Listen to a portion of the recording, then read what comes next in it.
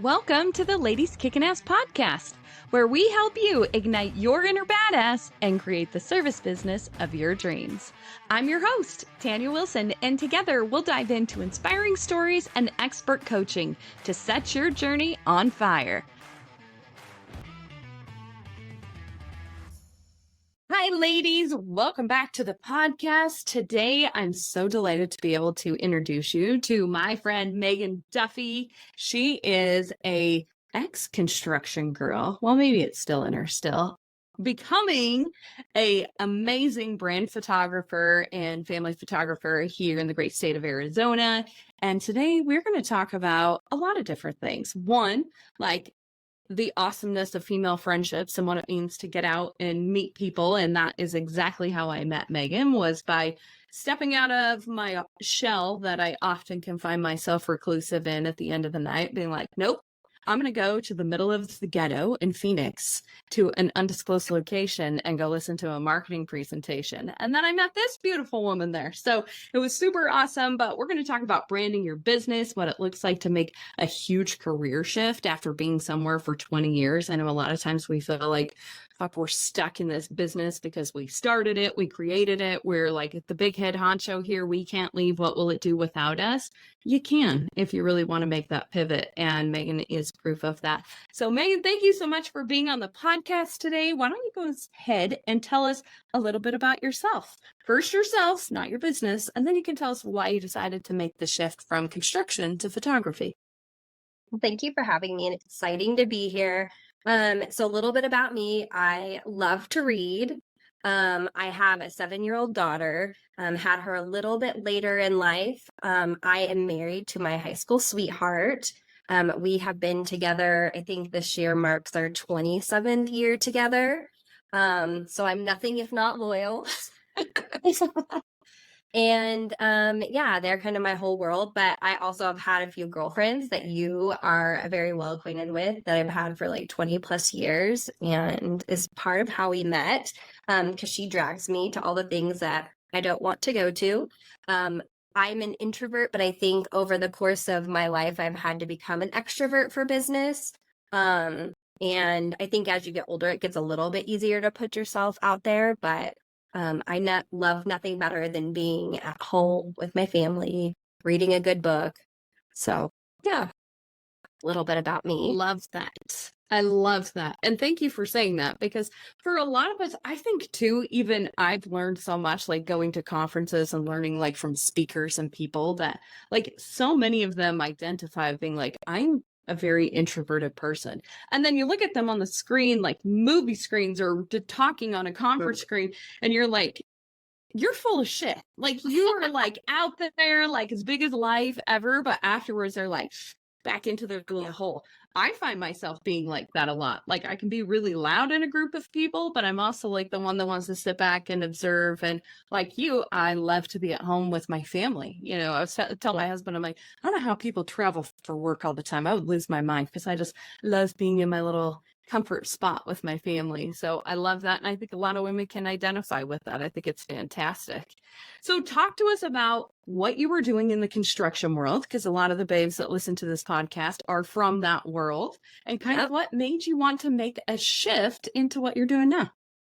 Well, I kind of have two forms of that. When I was in high school, my dad owned a professional employer organization, which essentially did like HR benefits and payroll for construction companies. So I was this cute little 17-year-old bebopping around all these construction sites delivering paychecks.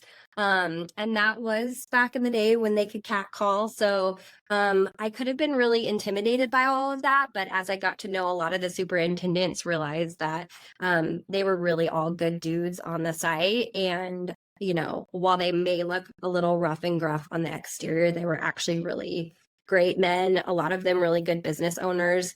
And so that was kind of the intro to my construction world. And then I've always been really creative, but I knew that I couldn't go into art as a profession. The gig economy in 1997, as I totally date myself, was not a thing. The internet and all of those things were not available at that time. And so I decided I wanted to be an interior designer. And You think, oh, cool. Yeah, that sounds great. So I was a commercial interior designer, but a lot of the time you spend the majority of or a good portion of your career on a job site, working through issues and coordinating with all of the trades, and all of the different components of construction. And so that was really eye-opening and fun. And I felt really comfortable doing it because I spent so much time, as a youngin, a young kid, going out to these job sites. But it was really cool because I felt always like I had the freedom to ask the questions if I didn't know how something worked, or if sometimes you'd go back and forth and you're like, this is the code, this is how it should be. And they'd look at you and they'd be like, you're a girl, how do you know the code? And how do you know the code better than I know the code? So I felt like there was a lot of power in that in some ways, but it was always kind of fun to be like, I know what I'm talking about. Like, let's work this problem um as equals versus me, a young woman, and you, a veteran tradesman. So that was always kind of fun to work through. I always thought that that was a cool challenge. And I know a lot of people and a lot of the younger girls that I mentored always found that really intimidating. But I think once you find your groove, um, it's kind of fun. So yeah, so I spent 20 years doing interior design, and I traveled a lot, and I got to work on a lot of really great projects. I worked on a lot of really cool projects in the Valley, specifically, that people would know of. Quite a few community colleges. I worked on a couple projects on ESU downtown. I worked on the Madison Jail project, where they actually turned that into an attorney. They took it from a jail that had been abandoned for 10 years and turned it into the attorney office. So just a lot of cool things that I got to work on. But the realization that I was spending a lot of time away from my family. My husband works a shift job. He is a chief in Tempe Fire Medical Rescue. And so I was really sacrificing all the things that I had worked so hard for. And I know they say, like, you can have a great career and you can be a mom, but I had a really great career and I'd done really well for myself, and I was losing the mom part. It wasn't an equal trade. And so the realization came that I needed to spend more time with my family, and I was like, take off 3 months. I'm not going to work. I'm going to, and I got a few job offers, and I was like, that's really cool, but I'm not going to make a decision in January, because that was in like September. And then 3 weeks later, my photography company was kind of up and running, and I had a project. And there's a funny anecdote that's on my blog that you can read more about. But I was like, God, I really want to work with kids. Like, I have my daughter. Like, that was always so important to me, family photos. And God has a sense of humor. A really big one. And he was like, sure, your first project is going to be photographing 12 goats. And if you don't know, goats are also called kids. And so the irony was not lost on me that this is how this was all going to go. He's like, you're going to ask for things and I'm going to give you whatever is meant to be. And so I've just kind of been flowing along with that. But I have worked so much with brands and creating space for brands. So it's really exciting now to take my creative knowledge and not only be able to kind of understand a brand just from my past life, but be able to translate that to the person now, and how important, whether it's good, bad, or indifferent, social media and, your imagery is these days is just so important. And so how do we translate that? How do we get the unique business owner, the small business owner, really, projecting who they are through their images, whether that be social media, their emails, newsletters, their website. And just, that's been really fun to kind of evolve. And I love helping small businesses. That's another proponent of like not doing the design anymore, is how can I help my community? How can I serve them? I have a lot of this kind of random knowledge and information. And so photography's really been fun to take the branding portion from my old life and my creativeness in this new, kind of merge them together and hopefully help a lot of small businesses, nonprofits, just work with a lot of really great people one-on-one. Well, the stuff that you have posted and you're working on already is absolutely beautiful. And it's the importance of being able to show up authentically who you are in your business. We were talking before we hit record on this about the trends that are going on with things. And we were talking about how important it is, like, quit using stock photos of your technicians that are out doing things. Like, it drives me crazy. I'm like, the guy is not showing up. The plumber that's coming to your house does not look like he just walked out of a GQ magazine. Like, I'm sorry, most of them don't. There are some, most of them don't. And it's not even about what they look like. It's a matter of like what they look like. Like, I'm sending Seth to your house. This is what Seth looks like. So if somebody knocks on your door and says, "Hi, I'm Seth," and they don't look like Seth on the phone, don't answer the door, you know? Like, Right. I look at that very much. Just, it's so important that you show up authentically. People know what you're doing. It's your equipment, it's your people. And people want to do business with people. That's one of the many differentiators in the service business. People can call anybody to get a septic tank pumped out, but why am I going to call you? Yeah. Because you see who my people are. You see how clean my trucks are. You see the value that I'm providing with things. People want that kind of service. You know, if somebody's looking for the cheapest person and they don't care if, you know, the scary guy shows up at the house or the clean guy shows up at the house, you know, that's not my customer, and that's okay. And I think a lot of times we try to appeal to the masses to try to alleviate getting no's from people, but those can be some of the healthiest things ever. And it comes across properly to attract those proper clients or the good clients that you want through your branding. So if somebody wanted to set up a branding photo shoot with you, what are things that you talk to them about? Because you may get somebody like me, and we talked about this over brunch one day. It was like, I feel like there is something wrong with my body when I'm in front of a photographer. I'm like, you know, like, what is that? Talladega Nights, where he's like, I don't know what to do with my hands. And you're like, do I pose? Do I put them in my pocket? Like, what do you do? And we've been to photographers before where we're like, these look like shit. And we just spent all this money because no one directed us how to do stuff. So if somebody's looking for a brand shoot with you for their kind of service business, what are questions that they should ask you or things that they should be prepared for that you'll want to do with them in a photo shoot? Definitely. Well, I think planning is always really important. Like, what are you planning on using the images for? Like, having an end goal is really helpful for me. A lot of the times, formatting, like, does it need to be long horizontal for Facebook? Does it need to be vertical because you're posting them on social media? That's really important as we're shooting and planning a session. You know, the story that you want to tell. Who are you? What are your goals? What is your brand voice? You know, you deal a lot with shit. I think that's awesome. So there has to be some funny meme kind of moments in that. I think when you're looking at that kind of stuff too, like, who are you? Because yes, we are humans, and the funny stuff is the stuff that I think attracts you to other people, and like your quirkiness, your awkwardness, your, like, you know, the behind the scenes of like, I don't know what to do with my hands. But also, you know, knowing if you have a really good photographer, they want to catch you relaxed. They're going to make you feel really awkward trying to get you relaxed. And I'm really self-deprecating, so I will do all kinds of weird stuff to make people feel uncomfortable. So I will probably be the weird one in the photo shoot, not you. And I show up looking like a Teenage Mutant Ninja Turtle with my, like, giant backpack that looks like a shell. So you shouldn't be worried about that with me. I will embarrass myself before you can embarrass yourself. But there is some planning and prep. Like, I mean, if you aren't comfortable with certain parts of your body, give your photographer a heads up, or give me a heads up, because there's things that you can wear and things that you can do and poses that we can do to help either accentuate that or de-accentuate, you know, those things that you are uncomfortable with.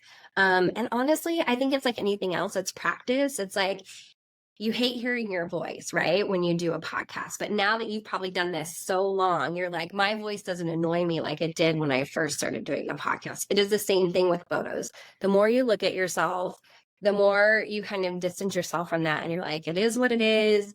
But there is also a component of self-love that is really hard, I think, specifically for us women. And so if you're having a hard day, don't look at your gallery. If you get on your gallery and you're like, you hate everything and you're just picking yourself apart, close your laptop, walk away. That is not the day to look at your images. Which, and maybe hopefully you can go back and look at them and be in a little bit better mind space to do that. But your photographer should guide you. They should understand the poses and the angles of the body. They should know your goals and hopefully able to evoke the spirit. And then I think also photographers just love people. Like, I think people are so beautiful just as they are.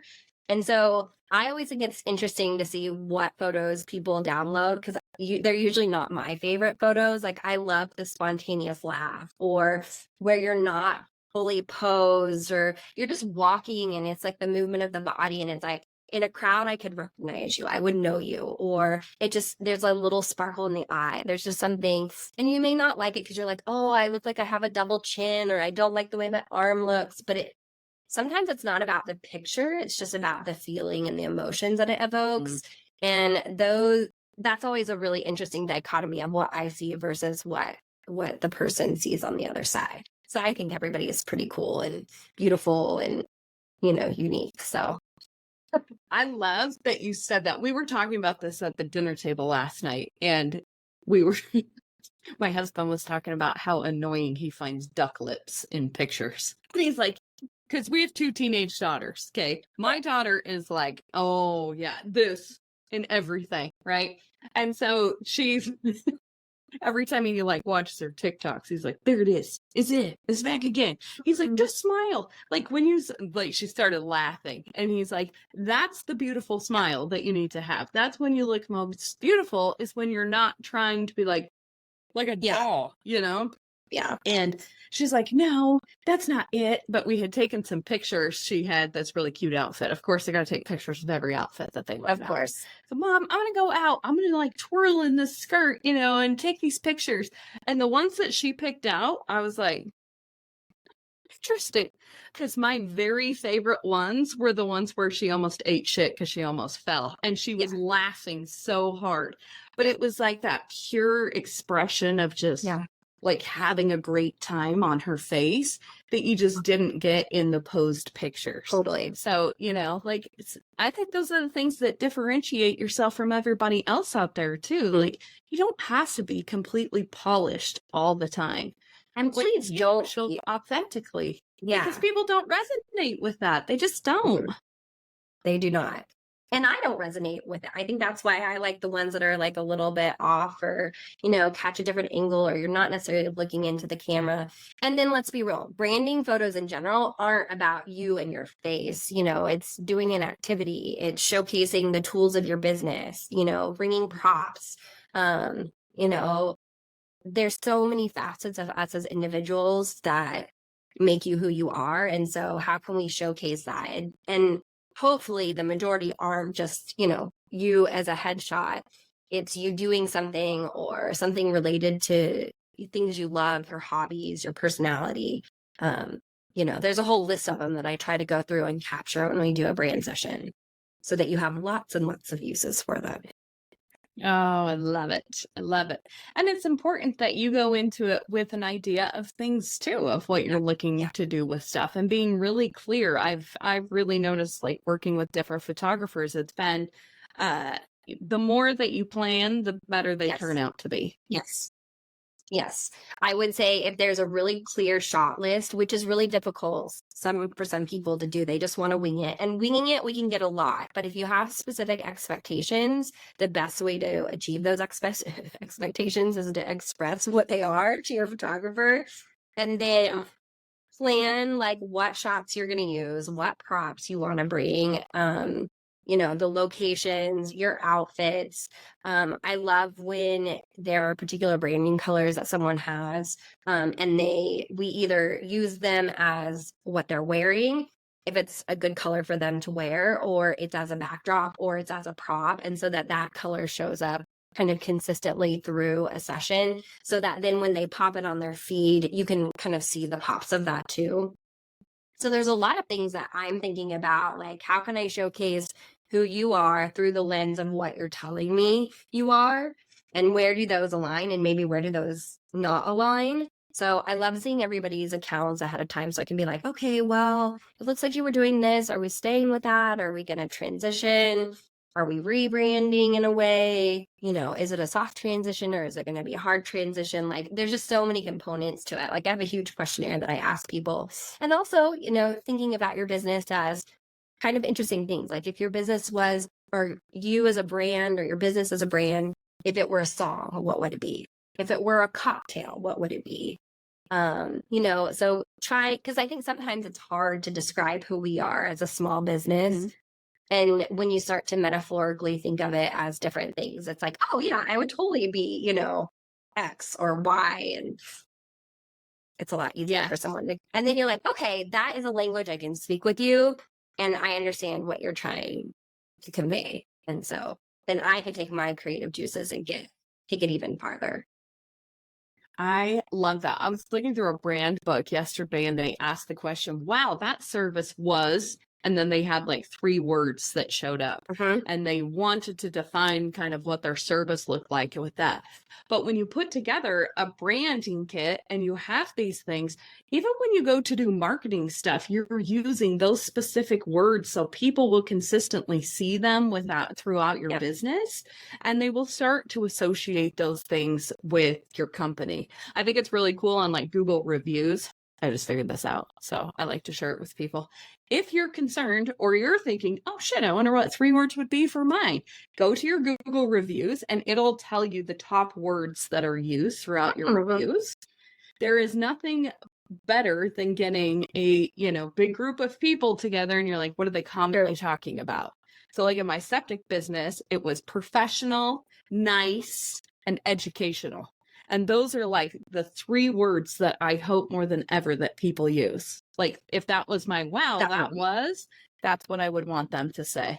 So it's a really cool thing to even have a meeting with your team about, or even brainstorm yourself if you're doing marketing yourself or with a person that does your marketing and say, this is what I want people to feel. Because you're always making somebody feel something. Yep. And you get to decide what that is. It's either I felt nothing. They never feel nothing. Not. But they'll come to some kind of conclusion. Help them determine what that is by being more consistent with service.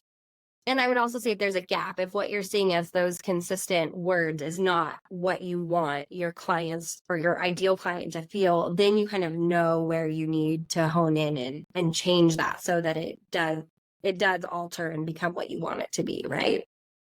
Sure, absolutely. It's also great things to use, like for you to come out to do a brand session with us. We're like, hey, we want to focus on the professional nature of these guys and the equipment that we use. We want to talk about how nice they are. You get their smiles, you get their personalities in the pictures, and again, like the educational tools, drawing back to what we do to provide knowledge to that homeowner, because it's important that you convey that throughout all of your messaging and it just stays uniquely put together. So there's so much opportunity to really stand out from your competition if this is something that you're willing to, it's not a cost investment into your business, makes a massive, massive difference in who you are. So many times people say, oh, well, the competition's lowering their price, especially in this economy. Like, well, they're price checking and they're just going down. Okay, then we have to position ourselves value-wise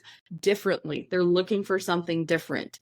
We have to talk about everything they're going to get before we tell them what the price is, because sticker shock will kill you and then their ears go deaf after that. Yeah. So talk about it first, then add the price. And even that quick little swish we've made in our office this week, in crazy difference. It is amazing. Those small little tweaks make a huge difference. I mean, when you know a person's why too, and you're conveying that as part of your professionalism, I think that makes a huge difference, because I want to buy from Pat, who has 2 kids and his daughter wants to go to Duke. And so he's doing all of this because he wants to help support her in that dream. And you're just like, cool. When Pat comes to my door to do whatever he's going to do, like that, you just intrinsically want that person to succeed. And so I think sometimes that can be the thing in branding that's missing because people don't want to talk about themselves. They don't want to talk about what's important, not only to their employees, but to their, to their company.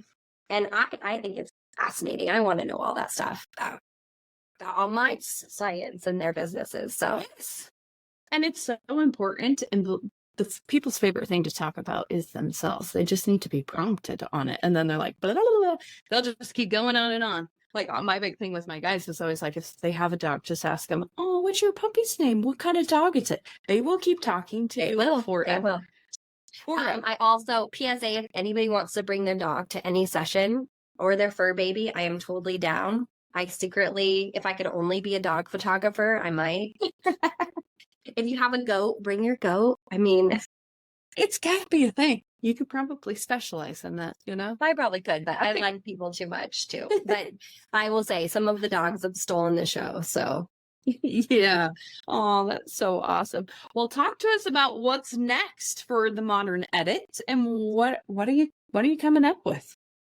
So we're coming up with all kinds of things. So we're getting ready to go into the hot summer season.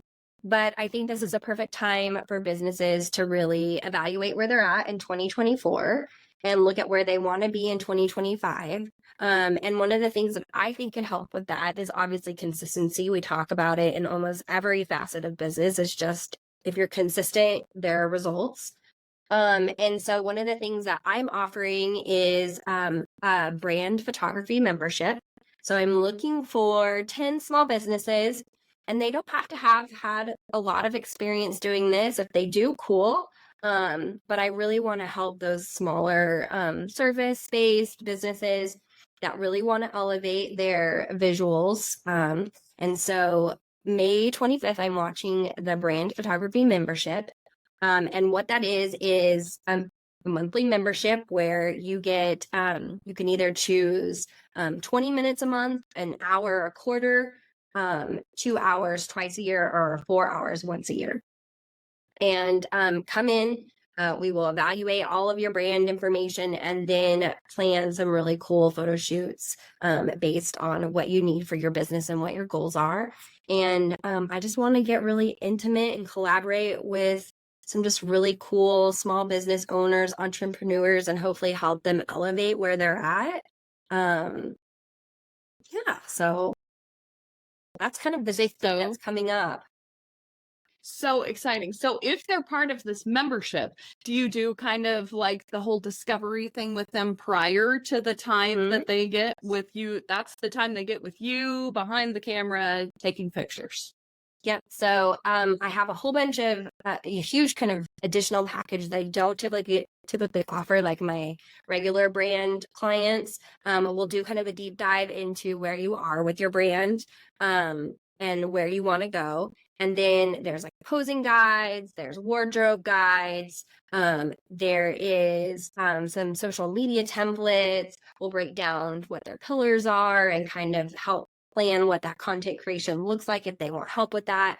I have a gal who has a branding course that's going to be rolled into it as well if you want some education, especially if you're just starting out on, you're like, I hear branding all the time, but I don't really know what it is versus what marketing is. There's some really great information related to that. And yeah, my goal is just to help some small businesses that are like, I don't think I can afford this, because honestly, this is the most affordable that it will ever be. Because my goal is really just to provide some outreach to people who are like, I don't want to be in front of the camera, but I know I need to do it. I know my business needs it. And I just want to help those people kind of break out of that shell and get to know them and get to know their businesses. And the first 10 members that are going to have the stellar deal, I am willing to hold that price until 2030. So holy cow. Yeah, because like I really want to grow with their brand, and I really want to help. I want them to develop me as much as I'm going to help develop them. Sure. So yeah. That's so exciting. Like, that is a hell of a deal. And we'll be promoting that. We'll put all of the stuff here in the show notes for all of that stuff. So I think this is so incredible. If you are seriously looking for something to invest in your business this next year, even if it's not 2023, you can still get in on this membership and use it at the beginning of 2024. You know, like, Yep. think about what you want people to feel. Not even just necessary. Seeing is good too. You want to be catchy, for sure. Yeah. But what do you want people to feel when they see your business? I want people to look at my service business. It's a shit business. Like, it's not something pretty, but my website is really pretty because Yeah. it's bright colors, it's clean trucks, it's, nice looking, clean people that are working at the business. Like, you don't have to worry about your wife being at home with my technicians coming to pump the Right. septic tank, because they're great guys. They're They're clean and they're professional. good Yeah. people. Yeah. They're professional. They're going to help her understand. She can, so much so that she can regurgitate all of that to you when you get home later, if she's the one that's there, or vice versa. And I think it's so important that we really, really hone in on making people feel something. We've really got to differentiate ourselves. This is one of those markets where people are like, oh, another AC company, except everybody owes you shit because there's more people moving here than there are people going into the trades. That's for damn sure. So how do you continue to stay relevant? How do you continue to be that business everybody wants to be? That's how you elevate an industry as a whole. And so sometimes you got to kind of take the reins of that. Maybe it hasn't been shown to you before, but get creative and partner with somebody like Megan that can help you bring that creativity. Who better to take your photography and to help you with branding than an interior designer? This woman's been doing it forever. Like, she knows how to design shit. She can make your business look beautiful. And it all starts with the visual things that people see, because that's what they see first. It makes them feel something, and it prompts them to call you versus someone else. Well, and I will say there have been a lot of studies done that say, if you have a really great visuals on your website and someone is looking between two different companies, if your visuals are articulating like that clean, professional, look, and somebody has like a random iPhone selfie on the other and it's not quite as professional, then they tend to go the more professional route, because they're like, look, this person invested in their business. And those visuals, they've done some studies of like 3 days later, who do you remember? And they're like, the more professional looking images are usually the companies that stick out. Like, usually when you're thinking, you're like, I cannot remember that person's name, but I remember the picture. I know what they look like. They were wearing the blue shirt and it had the thing. And so visuals for human beings are just so important. And we're in like a crazy visual world right now, but it's even more important now than it's ever been. Yeah, absolutely. Absolutely. Well, so good. This is so much fun. I want to know though, with all of this beautiful success that you're having with business and you're launching this membership, are you finding more time for yourself in all of this change that you've made? It's so funny. I have a coach who is helping me, and I think because being in the service industry for so long, and you're working your way through it, and it's really hard to give yourself permission to take the time for you. But one of my 2024 goals was to make sure that everybody in my families had their passport renewed and was ready to go. I hate to say it, my 7-year-old does not have a passport, so we're in process of getting that worked out, so that we can all go travel. So that's actually one of our goals for 2024, 2025 is for all of us to get out of the country and go do some traveling. So it's funny when your business coach gives you advice like that, like, hey, that's one of your top priorities versus like the business stuff. So I love that about her. And so, yeah, we ski a lot, just trying to spend time. Some of my non-negotiables in this new phase are picking my daughter up from school and taking her to school and making sure that my schedule allows for that. And being able, like, I'm getting ready to hop off of here and I'm going to go read to her in her classroom. And so I would have never been able to do that. I know. And so it's just the fun little things like that where you can go do it without guilt, without like being like, I'm on a Zoom call, I'm picking the kid up, I'm also ordering groceries online, and I'm doing like 20 things at once. And so I do feel like this new life has allowed me to like be more focused and be more intentional with my time and be more invested, which I hate to say it, I feel like I was in my phone, you know, answering questions, problem solving, all of that. And now it's like much more structured and healthy. My mental health is in a much better place. That's so good. And if you're in that position listening to this podcast, you know, Megan's available on Instagram. Shoot her a DM and say, Yeah. hey, you know, I'm kind of going through some of this stuff too, you know, kind of like, how'd you feel about this? This whole point of being on the podcast and being part of the Ladies Kicking Ass community is knowing and introducing you to people that maybe you resonate with and that you find a familiar story with, so that if you need help, that's why we put, here's how you can contact them. It's because everybody that is part of this community and comes on the podcast really does have that heart of service. And that's obviously clear with you, Megan, and what you're trying to do with your family and with your daughter and with your community and helping the small businesses get ahead. It's a beautiful thing to be able to know that there is resources available for you. So, you know, it's a difficult thing to make that decision. So kudos to you. I'm working really hard trying to do that myself.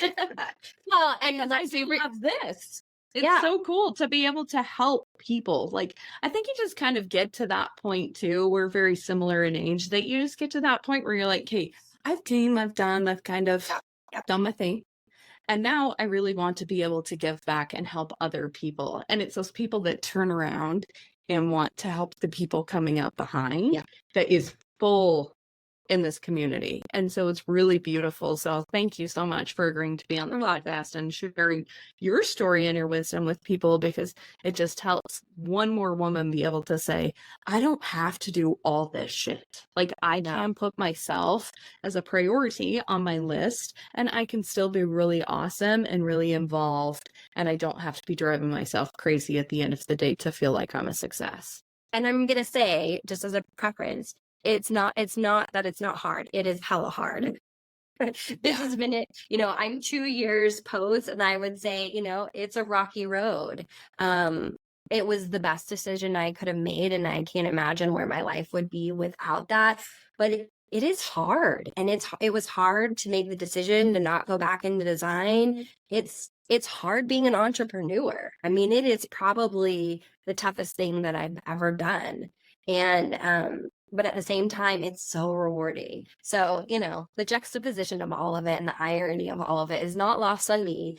And while it, you know, right now I'm in a really positive phase of all of this, I'm not going to say it hasn't been hard. Yeah, it has been hard. I mean, detangling your ego from a career and getting into a new one, and the learning process, which has been so fun. Like, learning something new is so fun. So I'd love to encourage anybody that is like on the fence about it, jump. You have one life and you have no idea how much time you actually have. If you are thinking or have thought about something that you want to do, like, explore it, do it, figure it out. Because I don't think that you will look back and go, oh, darn it, I did that and it failed. I shouldn't have done that. Like, I don't think you can do that. I think it's more of like the regret, right? Like, you don't want to regret not doing something. Yes. So I'd rather have the lessons of a failure than regret that you never even tried anything. So absolutely. Oh, I love this so much. It's been so good. So at the end of every podcast, I love to ask this question because everybody kind of resonates with it differently. And I think that's what's so cool about this community. So Megan, when you hear the phrase ladies kicking ass, what does that mean to you in your life? Right now, for me, I think it's community over competition. I think I have met some really kick-ass ladies, and they are the reason that I'm trucking along and I'm doing what I'm doing. And I just keep meeting more amazing women. And honestly, let's be real. If women were running the world, what a cool place it would be. So the more of us that can be leading the charge on that and supporting, especially small businesses run by women, I just think that the opportunity for failure is significantly less when you've got a community helping you. And I know because in service-based business specifically, it feels like it's only competition. And you know what? There is room for all of us, for every single one of us. And that's why I think being unique and showing who you are in the business allows for that. And so, community over competition. Let's all link arms and figure this shit out together. That is the best ending to any podcast ever recorded. We'll just link arms and figure this shit out together. Thank you so much. You're welcome. Awesome. Thank you. You're Make sure awesome. that you check out Megan and everything that she has to offer. And I can't wait for the membership to come out. And if you want a small business, you most definitely have to check this out. Thanks for being part of the Ladies Kickin' Ass community. Cheers to all you badass women out there. Keep rocking your power, igniting your fire, and making waves in the service industry. If you loved today's episode, please do me a quick favor. Take a screenshot, post it, and tag us at Ladies Kickin' Ass. Be sure to include the link to your favorite episode. Your support in spreading the word means the world to us as we aim to empower even more women. Hit that subscribe button to stay tuned for more kick-ass episodes. And don't forget, a 5-star review is the ultimate high five. Connect with us on social media. All the links are in the show notes. Thank you for being part of our tribe. Now go kick some serious ass, lady.